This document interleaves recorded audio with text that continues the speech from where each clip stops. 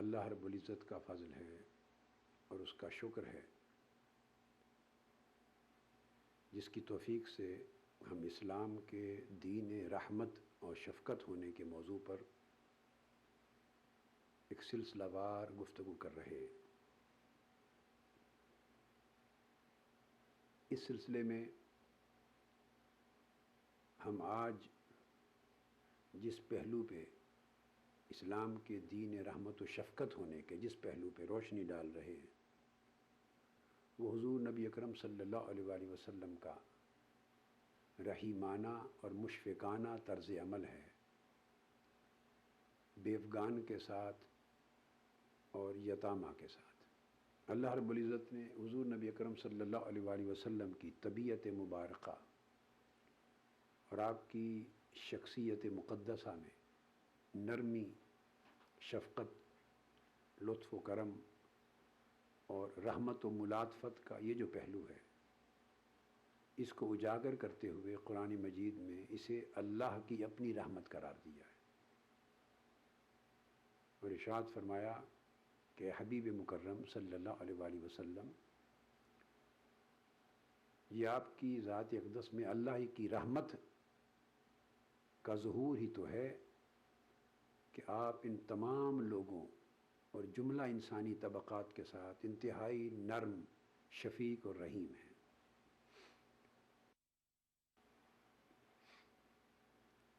بیوگان کو اور یتیم بچوں اور بچیوں کو حضور علیہ الصلوۃ والسلام نے اسلام کی تعلیمات میں نہایت اہمیت دی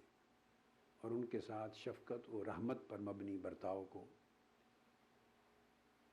بڑا باعث اجر، باعث فضیلت اور باعث ثواب عمل قرار دیا۔ حضرت ابو ہریرہ رضی اللہ تعالیٰ عنہ فرماتے ہیں عن النبی صلی اللہ علیہ وآلہ وسلم قال السعی علی الارملۃ والمسکین کالمجاہد فی سبیل اللہ او کالذی یصوم النہار ویقوم اللیل، متفق علیہ۔ صحیح بخاری اور مسلم میں یہ حدیث حضرت ابو ہریرہ رضی اللہ تعالیٰ عنہ سے مروی ہے کہ جس میں آقا علیہ الصلاۃ والسلام نے فرمایا کہ بیوگان اور یتامہ اور مساکین پر شفقت کرنے والا، رحمت کرنے والا، ان کی پرورش اور کفالت کی ذمہ داری لینے والا، اس کا درجہ اللہ رب العزت کے حضور وہی ہے جو اللہ کی راہ میں جہاد کرنے والے کا ہے، یا اس شخص کا ہے جو ساری زندگی دن کو روزہ رکھے اور رات ساری قیام کرے اللہ تعالیٰ کی بارگاہ میں۔ قائم اللیل اور صائم الدہر کا درجہ اس شخص کو اللہ پاک عطا کرتا ہے جو بیوگان اور یتامہ اور مساکین کی کفالت، پرورش اور نگہداشت کرتے ہیں۔ اسی طرح حضرت عائشہ صدیقہ رضی اللہ تعالیٰ عنہ وہ روایت کرتی ہیں قالت سمعت رسول اللہ صلی اللہ علیہ وآلہ وسلم یقول انا وکافل الیتیم فی الجنۃ کہاتین وجامع بین السبابۃ والوسطیٰ۔ آقا علیہ السلام نے فرمایا کہ میں اور یتیموں کی کفالت کرنے والا جنت میں ان دو انگلیوں کی طرح ہوں گے۔ اکٹھی کر کے آپ نے انگشت شہادت اور وسطی انگلی دونوں کو اکٹھا کر کے فرمایا جیسے دو انگلیاں یہ میری آپ کے سامنے ہیں، جنت میں میں اور یتیموں کی کفالت اور پرورش کرنے والا اس طرح اکٹھے ہوں گے۔ والساعی علی الیتیم والارملۃ والمسکین کالمجاہد فی سبیل اللہ والصائم القائم، اور فرمایا اسی طرح یتیموں کی نگہداشت، پرورش اور ان کی کفالت پر محنت کرنے والا، بیوگان کی دیکھ بھال کرنے والا اور غریبوں، مسکینوں، محتاج بچوں کو لک آفٹر کرنے والا، اس شخص کا درجہ اللہ رب العزت کے ہاں جہاد فی سبیل اللہ کرنے والے مجاہد کا سا ہے اور صائم الدہر اور قائم اللیل کا سا ہے۔ اس حدیث کو بھی امام ابو یعلیٰ نے اپنی مسند میں اور امام طبرانی نے معجم میں اور امام ابن ابی الدنیا میں روایت کیا۔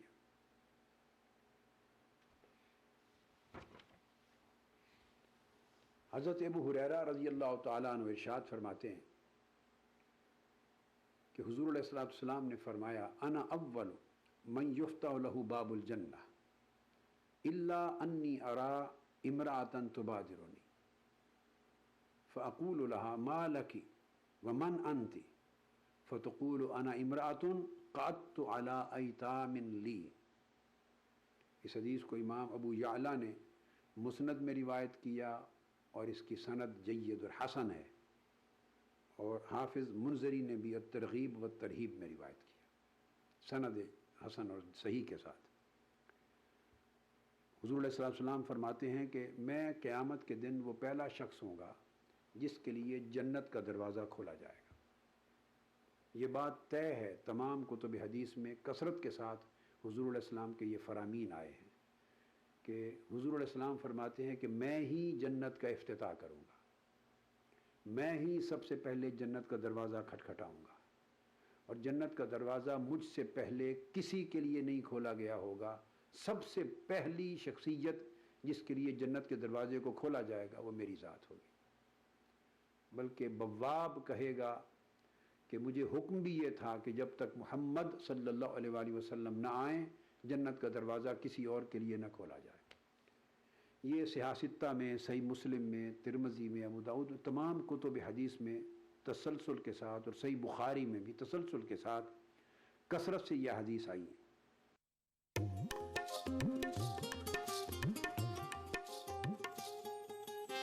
رمضان کا مقدس اور مبارک مہینہ جو ہر ایک کے لیے ہے خاص، اس خاص موقع پر ETV اردو لے کر آ رہا ہے خوبصورت اور روحانی پروگرام رمضان کے شب و روز میں آپ کی زندگی سے جڑے خاص پہلو۔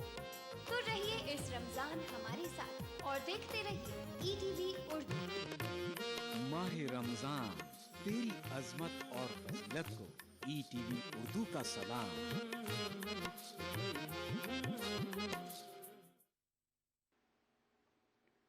اب یہ وہی بات حضور علیہ السلام نے یہاں فرمائی ہے کہ سب سے پہلے میرے لیے دروازہ جنت کھولا جائے گا اور میں اس میں داخل ہوں گا، مگر آپ اب ایک حیرت یعنی خوشگوار حیرت کے ساتھ فرما رہے ہیں امت کو بتانے کے لیے، مگر ایک عورت میرے ساتھ ساتھ تیزی سے میرے آگے پیچھے ہو رہی ہوگی، چل رہی ہوگی۔ میں اس سے پوچھوں گا تو کون ہے اور تمہیں کیا ہے، تیزی سے دوڑ رہی ہو میرے ساتھ ساتھ چلنے کے لیے جنت میں؟ تو وہ کہے گی یا رسول اللہ صلی اللہ علیہ وسلم میں وہ عورت ہوں کہ جس کا شوہر فوت ہو گیا اور یتیم بچے تھے، تو میں نے نئی شادی نہیں کی اور یتیموں کی پرورش، نگہداشت اور کفالت کو شفقت و رحمت اور پوری توجہ سے جاری رکھنے کے لیے ان کے سر پہ بیٹھی رہی۔ میں یتیم بچوں کی کفالت، پرورش اور نگہداشت کرنے والی ماں ہوں۔ تو آقا علیہ السلام یہ کتنا عظیم درجہ اس خاتون کا بیان کر رہے ہیں جو یتیموں کی کفالت اور ان کی نگہداشت اور پرورش میں زندگی گزارتی ہے، کہ جنت کا دروازہ جب سب سے پہلے مجھ پہ کھلے گا اور میں داخل ہوں گا تو میرے ساتھ یتیموں کی پرورش کرنے والی امائیں بھی ہوں گی۔ اسی طرح یہ حدیث میں پہلے بیان کر چکا ہوں جس میں حضرت عائشہ صدیقہ رضی اللہ تعالیٰ عنہ فرماتی ہیں، اور یہ صحیح بخاری اور صحیح مسلم میں ہے متفق علیہ، وہ فرماتی ہیں کہ ان کے پاس ایک خاتون آئی اور اس نے 2 بچیاں اٹھائی ہوئی تھیں اور یہ دونوں بچیاں یتیم تھیں، اور اس نے آ کے مجھ سے کچھ مانگا، میرے پاس اور کچھ نہ تھا سوائے ایک کھجور کے، تو میں نے وہ کھجور اس کو دے دی۔ فلم تجد عندی غیر تمرۃ واحدہ فآتیتها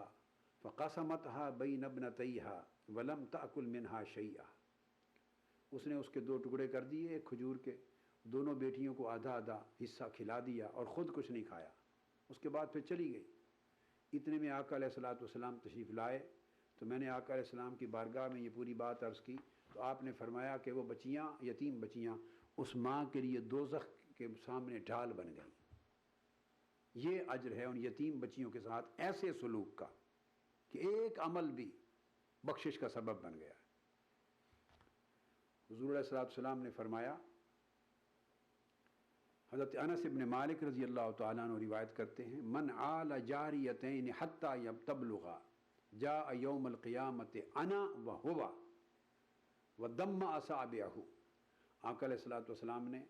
فرمایا کہ جس شخص نے 2 بیٹیوں کی پرورش کی، نگہداشت کی، اور امام مسلم نے اس حدیث کو روایت کیا ہے، امام مسلم نے، اور تذکرہ آیا ہے یتیموں کے بعد میں، تو لہٰذا کسی شخص نے یتیم بچیوں کی پرورش کی، نگہداشت کی، رحمت و شفقت کے ساتھ ان کی کفالت اور ان کو پالا، تو فرمایا قیامت کے دن وہ شخص اور میں اس طرح، آپ نے دونوں انگلیوں کو ملاتے ہوئے فرمایا، اس طرح اکٹھے آئیں گے۔ یہی حدیث حضرت سہل بن سعد ساعدی رضی اللہ تعالیٰ عنہ سے بھی مروی ہے، جہاں آپ نے فرمایا انا، یہ راوی اور ہیں، حدیث وہی ہے جس کا تذکرہ پہلے ہو چکا، انا وکافل الیتیم فی الجنت ہاکذا واشار باصبعیہ السبابہ والوسطی، کہ میں اور یتیم کی کفالت کرنے والا کافل یتیم جنت میں ان 2 انگلیوں کی طرح اکٹھے ہوں گے۔ امام بخاری نے اس کو روایت کیا ہے، کتاب الطلاق کے اندر یہ حدیث آئی ہے، باب اللعان۔ اس طرح امام مسلم نے بھی روایت کیا ہے حضرت ابو ہریرہ رضی اللہ تعالیٰ عنہ سے، جس میں آقا علیہ السلام نے فرمایا کافل الیتیم لہو انا وہو کہاتین فی الجنہ۔ آقا علیہ السلام نے ان 2 انگلیوں کی طرف اشارہ کر کے فرمایا کہ یتیم کی کفالت کرنے والا اور میں جنت میں ان 2 انگلیوں کی طرح اکٹھے ہوں گے۔ آپ نے دیکھا کہ بے شمار صحابہ کرام سے اس مضمون کی حدیث، ایک ہی مضمون کی حدیث مروی ہیں، مختلف مواقع پر آقا علیہ السلام اس کا اعلان کرتے ہیں۔ اس طرح حضرت مرہ بن عمرو الفہری، ان سے مروی ہے، حضور علیہ الصلوۃ والسلام نے فرمایا قال انا وکافل الیتیم فی الجنت کہاتین، فرمایا آقا علیہ السلام نے کہ میں اور یتیم کی کفالت کرنے والا جنت میں ان 2 انگلیوں کی طرح ہوں گے۔ آپ نے دیکھا کس قدر تکرار کے ساتھ اور کس قدر اصرار کے ساتھ اور کس قدر اہمیت اور تاکید کے ساتھ آقا علیہ السلام نے بار بار مختلف مواقع پر یہ بات بیان فرمائی، اور مختلف صحابہ نے اس کو روایت کیا۔ حضور علیہ الصلوۃ والسلام نے ایک اور بڑی لطیف بات کی، یتیموں اور مسکینوں اور محتاجوں اور بے سہارا بچوں اور بچیوں کی کفالت کے لیے، نگہداشت کے لیے، ان کے لک آفٹر کے لیے، ان کی پرورش کے لیے جو سارا عمل رحمت و شفقت کے ساتھ تکمیل پذیر ہوتا ہے۔ حضرت ابو ہریرہ رضی اللہ تعالیٰ عنہ روایت کرتے ہیں کہ ایک شخص نے آقا علیہ السلام کی بارگاہ میں آ کر شکایت کی کہ یا رسول اللہ میرا دل بڑا سخت ہے، دل میں نرمی اور رقت اور گریہ وزاری نہیں ہے، دل بڑا سخت پتھر کی طرح ہے، کیا کروں؟ تو آقا علیہ السلام نے اسے ایک نسخہ تجویز فرمایا، تلقین فرمایا، دل کی سختی کو دور کرنے اور اسے نرمی سے بدلنے کے لیے۔ ارشاد ہوتا ان رجلا شکا الی رسول اللہ صلی اللہ علیہ وسلم قسوۃ قلبہ فقال امسح رأس الیتیم واطعم المسکین۔ آقا علیہ السلام نے فرمایا اگر دل کی سختی کو دور کرنا ہے، قساوت قلب کو دور کرنا ہے اور اسے نرمی میں، رقت میں بدلنا ہے، تو پھر یتیم بچوں کے سر پہ شفقت کا ہاتھ پھیرا کر اور مسکینوں محتاجوں ان بچوں کو کھانا کھلایا کر۔ یتیم بچوں کے سر پہ دست شفقت پھیرتے رہنے سے اور مسکین محتاج بچوں کو ہمیشہ کھانا کھلاتے رہنے سے اللہ رب العزت دل کی قساوت کو دل کی سعادت میں بدل دیتا ہے، اور شقاوت کو سعادت میں بدل دیتا ہے، سختی کو نرمی میں بدل دیتا ہے، اور جس کو رقت قلب نصیب نہ ہوتی ہو، گریہ وزاری، اس کو اللہ پاک رقت اور گریہ وزاری عطا کر دیتا ہے۔ اتنا بڑا روحانی عمل بھی ہے۔ اسے امام احمد بن حنبل نے مسند میں رجال صحیح کے ساتھ روایت کیا، اور امام عبد بن حمید نے اور امام بہقی نے بھی سند حسن کے ساتھ روایت کیا۔ حضرت ابو امامہ رضی اللہ تعالیٰ عنہ روایت کرتے ہیں ان رسول اللہ صلی اللہ علیہ وآلہ وسلم قال من مسح علی رأس الیتیم لم یمسحہ الا للہ کان لہ فی کل شعرۃ مرت علیہ یدہ حسنات۔ آقا علیہ السلام نے فرمایا کہ جو شخص صرف اللہ کی رضا کے لیے، صرف اللہ کی خوشنودی کے لیے ایک یتیم کے سر پہ دست شفقت رکھتا ہے اور پیار کا ہاتھ پھیرتا ہے لوجہ اللہ، فرمایا ہر بال کے بدلے جس کے اوپر اس کا دست شفقت آیا ہے، اللہ تبارک و تعالیٰ اسے بے انتہا نیکیاں اس کے نامہ اعمال میں درج کر دیتا ہے۔ ایک ایک بال کے بدلے بہت نیکیاں عطا کرتا ہے اس کو۔ اس حدیث کو بھی امام احمد بن حنبل نے روایت کیا مسند میں، اور امام عبداللہ بن مبارک نے روایت کیا کتاب الزہد میں، اور امام عبداللہ بن احمد نے روایت کیا، ابن ابی الدنیا نے، امام طبرانی نے روایت کیا، اور اس کے اسناد بھی حسن ہیں۔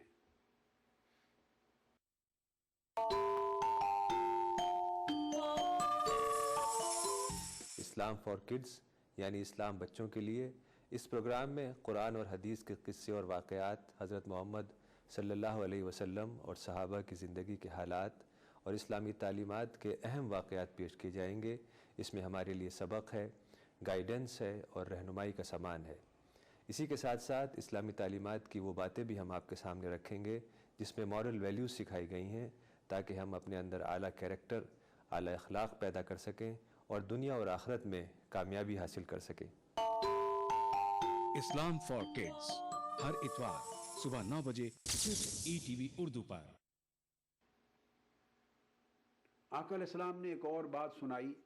ان گھر والوں کے لیے جس گھر میں یا جن گھروں میں یتیم بچے اور بچیوں کی پرورش ہو، کفالت ہو، ان کی دیکھ بھال ہو، ان کی نگہداشت ہو، اور رحمت، شفقت اور محبت کے ساتھ ان کا خیال رکھا جائے۔ وہ بچے کسی کے بھی ہوں، ان کے اپنے ہوں یا ان کے کسی اور کے لے کے انہوں نے گھر میں پرورش کے لیے رکھے ہوں، یا آرفنیج ہے،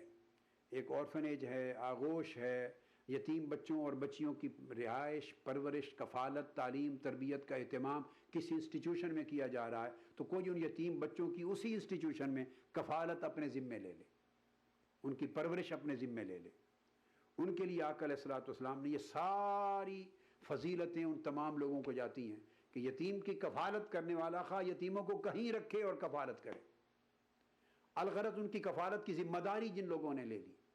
ان کی پرورش کی شفقت اور محبت کے ساتھ اپنے وسائل خرچ کر کے ان کی تعلیم کا اہتمام کیا، ان کی تربیت کا اہتمام کیا، ان کے والدین اور والد کا سایہ سر سے اٹھ جانے کے بعد اور جوانی تک ان کی پرورش کی اور انہیں کارآمد فرد سوسائٹی کا بنا دیا۔ جس شخص نے اپنے وسائل، اپنی محبت، اپنی توجہ، اپنا مال اس پہ خرچ کیا، آقا علیہ السلام نے اس کے لیے ضمانت دے دی ہے کہ اسے دوزخ سے نجات کا پروانہ مل گیا، اور اللہ پاک نے جنت اس کے لیے واجب کر دی، اور جنت میں بھی ٹھکانہ کیا ہوگا، فرمایا کہ اس کی میرے ساتھ سنگت اس طرح ہوگی جنت میں جس طرح ان دو انگلیوں کا اکٹھا رہنا۔ اب یہاں حضرت ابو ہریرہ رضی اللہ تعالیٰ عنہ فرماتے ہیں، خیر بیت من المسلمین بیت فیہ یتیم یحسن الیہ، فرمایا مسلمانوں کے گھروں میں سب سے بہتر اور اچھا گھر وہ ہے جس میں کوئی یتیم ہو اور اس کے ساتھ اچھا سلوک کیا جاتا ہو، رحمت، شفقت اور محبت کے ساتھ اس کی پرورش کی جاتی ہے۔ اور شر بیت فی المسلمین بیت فیہ یتیم یساء الیہ، اور سب سے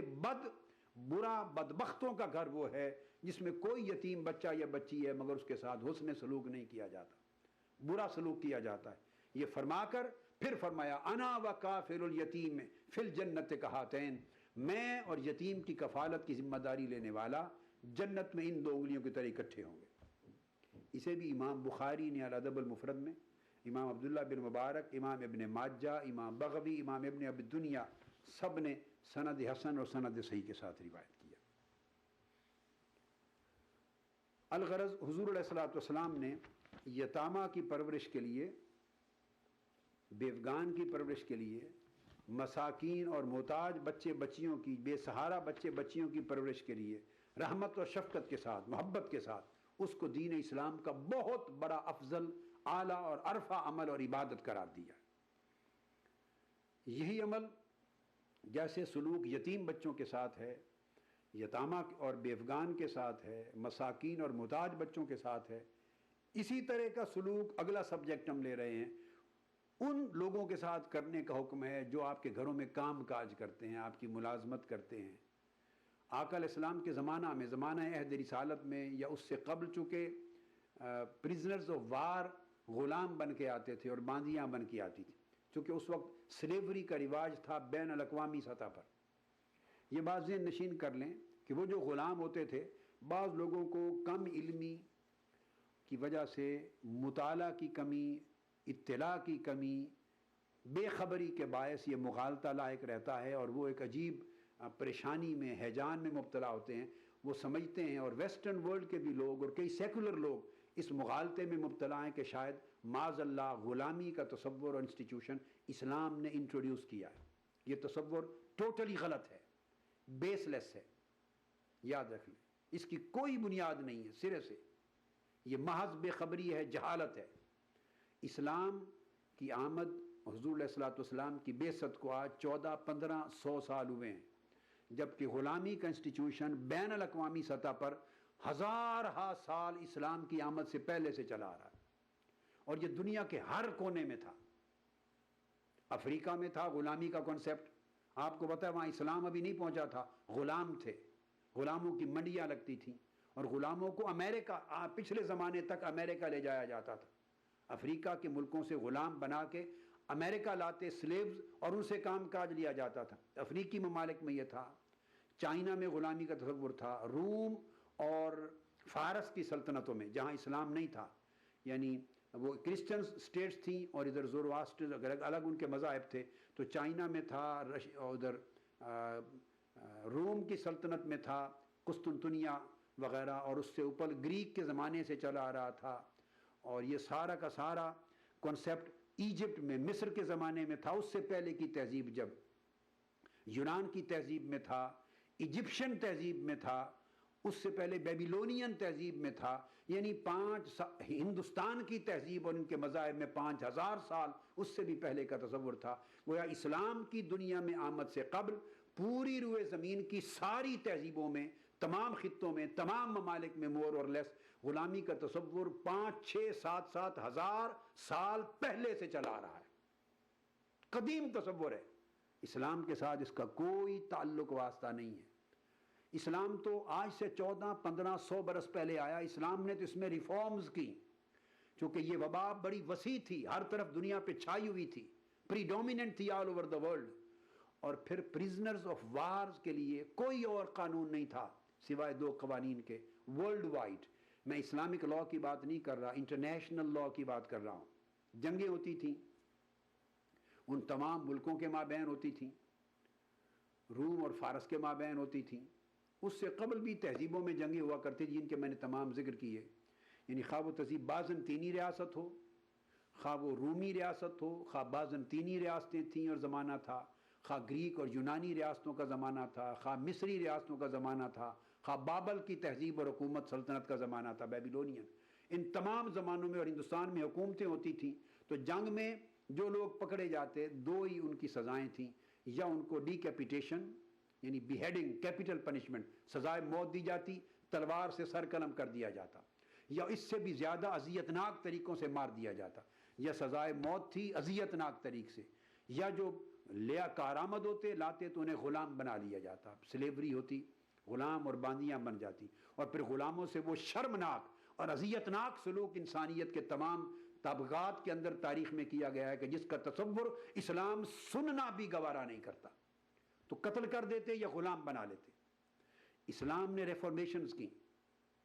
اب چونکہ یہ پوری دنیا کی تہذیبوں میں ایک رائج الوقت چیز تھی، اس کے اندر ایک محدود حصے میں ٹوٹلی اسے ایلیمینیٹ کیا نہیں جا سکتا تھا، چونکہ جنگیں ہو رہی تھیں. ان کے لوگ پکڑے جاتے تھے، ادھر جاتے تھے، ان کے لوگ پکڑے جاتے ادھر آتے تھے، اور ایکسچینج آف پریزنرز کا نظام نہیں تھا. جن کے قیدی، جنگی قیدی پکڑے گئے انہیں ایکسچینج نہیں کرواتے تھے، رینسم منی نہیں دیتے تھے، ریلیز کرنے کے لیے پیسے نہیں دیتے تھے. اسٹیٹ ایکسچینج آف پریزنرز کا قوانین، یہ سارے قوانین نہیں تھے. یہ سارے تصورات اسلام نے حضور علیہ السلام کی بعثت کے بعد آقا علیہ السلام نے آ کے ان کو رواج دیا.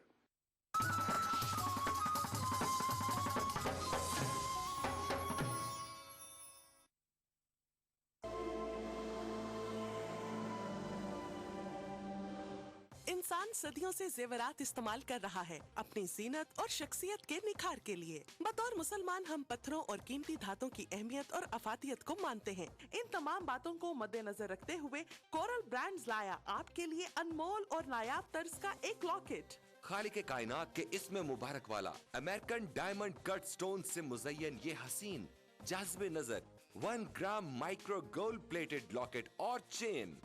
یونیک سنگاپوری ڈیزائن. یہ لاکٹ آپ کی شخصیت کو اپنی دمک اور ایکسٹرا گلٹرنگ پاور سے ایسے نکھارے گا کہ ہر دیکھنے والی آنکھ دنگ رہ جائے گی. یہ لاکٹ محض زیور ہی نہیں بلکہ خاص انداز سے جڑے